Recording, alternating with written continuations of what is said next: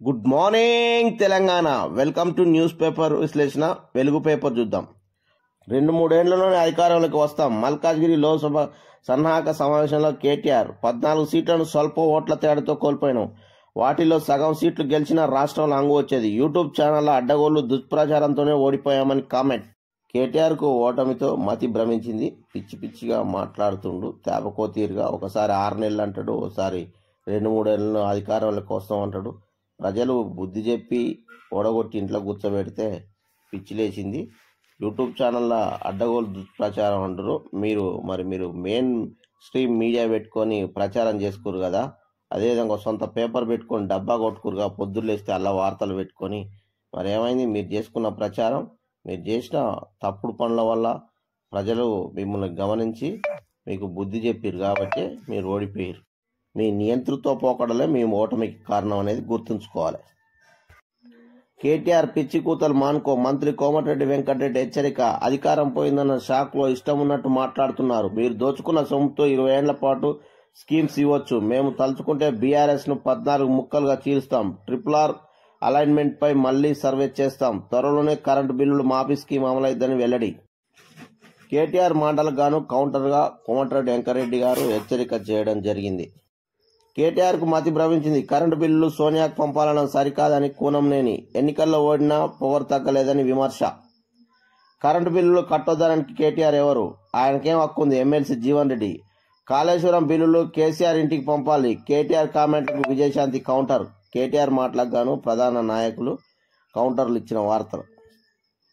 తెలంగాణకు బీఆర్ఎస్ అవసరం లేదు. ఆ పార్టీకి ఓటేస్తే మూసీలో పడేసినట్లే. కిషన్ రెడ్డి. వచ్చే నెలలో లోక్సభ ఎన్నికల నోటిఫికేషన్, ఏప్రిల్లో ఎలక్షన్స్. 6 గ్యారంటీల అమలుపై కాంగ్రెస్ సర్కార్కు క్లారిటీ లేదని వ్యాఖ్య. బీఆర్ఎస్ కాంగ్రెస్ పై కేంద్ర మంత్రి కిషన్ రెడ్డి కీలక వ్యాఖ్యలు. వాళ్ళతోటి ఏమైందేమో కానీ కిషన్ రెడ్డి తోటి మాత్రం ఏం కాదనేది ప్రజలందరికీ తెలుసు. సిగమూగిన కోమరెల్లి. పట్నం వారం పోటెత్తిన భక్తులు. మల్లన్న దర్శనానికి 8 గంటల సమయం. ఆదివారం పట్నం వారం సందర్భంగా కొమరవెల్లికి పోటెత్తిన భక్తులు. కొమరవెల్లి జాతరకు పోటెత్తిన భక్తులు అంటూ వార్త. కోదండ రామయ్య కొలువు తీరే గడియ. ఇవాళ మధ్యాహ్నం 12:20 గంటలకు అయోధ్యలో విగ్రహానికి ప్రాణప్రతిష్ఠ. వారం రోజుల క్రతువులు పూర్తి. తుదిఘట్టానికి ఘనంగా ఏర్పాట్లు.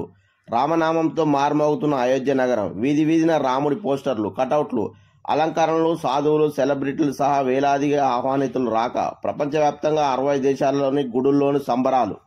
అయోధ్యలో నేడే విగ్రహానికి ప్రాణప్రతిష్ఠ అంటూ వెలుగు పేపర్లో ప్రధాన వార్త. ప్రపంచవ్యాప్తంగా 60 దేశాల గుడుల్లోనూ సంబరాలు జరుపుకుంటారంటూ వార్త. సీఎం సలహాదారుగా వేం నరేందర్ రెడ్డి. ప్రభుత్వ అడ్వైజర్లుగా షబ్బీర్ అలీ, హర్కర వేణుగోపాల్. ఢిల్లీలో ప్రభుత్వ ప్రత్యేక ప్రతినిధిగా మల్లు రవిని నియమించిన సర్కార్. అందరికీ కేబినెట్ హోదాతో పదవులు.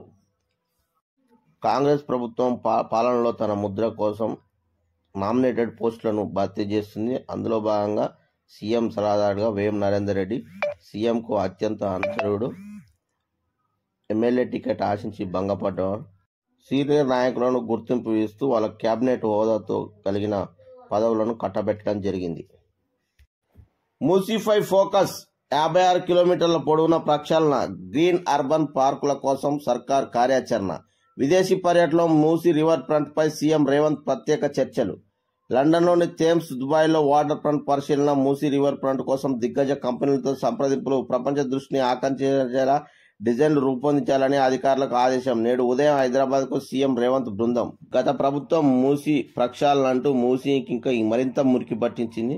ఇప్పుడు కాంగ్రెస్ ప్రభుత్వం మూసీ 56 కిలోమీటర్ల పొడవున ప్రక్షాళన, గ్రీన్ అర్బన్ పార్కులు ఏర్పాటు చేస్తామని విదేశీ పర్యటనలో ఉన్న ముఖ్యమంత్రి గారు ఒప్పందం కుదుర్చుకున్నాడు. నేడు ముఖ్యమంత్రి గారు హైదరాబాద్కు తిరిగి రానున్నట్టు వారి బృందం వార్త. రామసేతు వద్ద ప్రధాని మోదీ పూజలు. అర్చాల్ మునై బీచ్ ఫ్రంట్లో ప్రాణాయామం చేసిన మోదీ. రామసేతు వద్ద ప్రధాని మోదీ పూజలంటూ ప్రాణాయామం చేస్తున్న వార్త.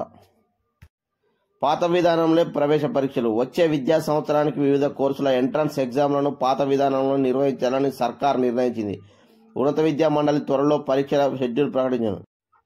వచ్చే విద్యా సంవత్సరానికి పాత విధానంలో ప్రవేశ పరీక్షలంటూ మరో వార్త. ఆఫ్ఘనిస్తాన్లో కూలిన రష్యా ప్రైవేట్ జెట్. ఆఫ్ఘనిస్తాన్లో రష్యాకు చెందిన ప్రైవేట్ జెట్ ఆదివారం ఉదయం కుప్పకూలింది. ఈ ప్రమాదంలో 6 చనిపోయారు. మృతుల్లో 4 సిబ్బంది, 2 ప్యాసింజర్లు ఉన్నారు. ఇది దురదృష్టమైన సంఘటనగా చెప్పుకోవచ్చు. వారి ఆత్మకు శాంతి చేకూరాలని కోరుకుందాం. ధరణి బాధ్యతలు ఎన్ఐసికి కేంద్ర సంస్థకు ఇవ్వాలని యోచిస్తున్న రాష్ట్ర ప్రభుత్వం సిజీజీకి ఇచ్చేందుకు తొలుత కసరత్తులు. ఇందులో కొన్ని విషయాల్లో ప్రైవేట్ సంస్థల ఇన్వాల్వ్మెంట్. దీంతో నిర్వహణ పకడ్బందీగా ఉంటుందని ఎన్ఐసి వైపు మొగ్గు. మాడ్యూల్లో ఈజీగా మార్పులు చేయొచ్చని సర్కార్ ఆలోచన. ధరణి బాధ్యతలు ఎన్ఐసికి అంటే నేషనల్ ఇన్ఫర్మేషన్ సెంటర్కి ఇస్తున్నట్టు ప్రభుత్వ ఆలోచన. అయితే ఇది మంచిగా ఉండే అవకాశం ఉంది. ప్రభుత్వ సంస్థ సంబంధించినది కాబట్టి ఈజీగా మార్పులు చేసుకునే అవకాశం ఉందని ప్రభుత్వ ఆలోచన. తప్పులు జరిగినాయి, రిపీట్ కానీయం. పార్టీ కోసం పనిచేసే కార్యకర్తలను కాపాడుకుంటాం. కేసీఆర్ వచ్చే నెల నుంచి తెలంగాణ భవన్లో అందుబాటులో ఉంటాడని వెల్లడి. కార్యకర్తలతో నిత్యం ఫోన్లో మాట్లాడుతున్న బీఆర్ఎస్ చీఫ్ కేసీఆర్ ఇకపై కరీంనగర్లోనే ఇంట్లో లిఫ్ట్ ఏర్పాటు చేయించుకుంటున్నారు. మాజీ ఎంపీ వినోద్ కుమార్. తడిస్తే గానీ గుడిసె కప్పుకోరు అన్నట్టుగా కేసీఆర్కు ఓడిపోతే గానీ కార్యకర్తల విలువ తెలవలేదు.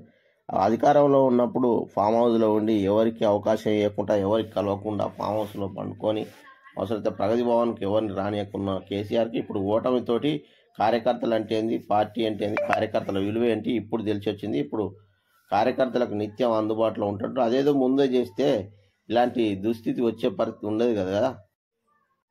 Please like, share, subscribe.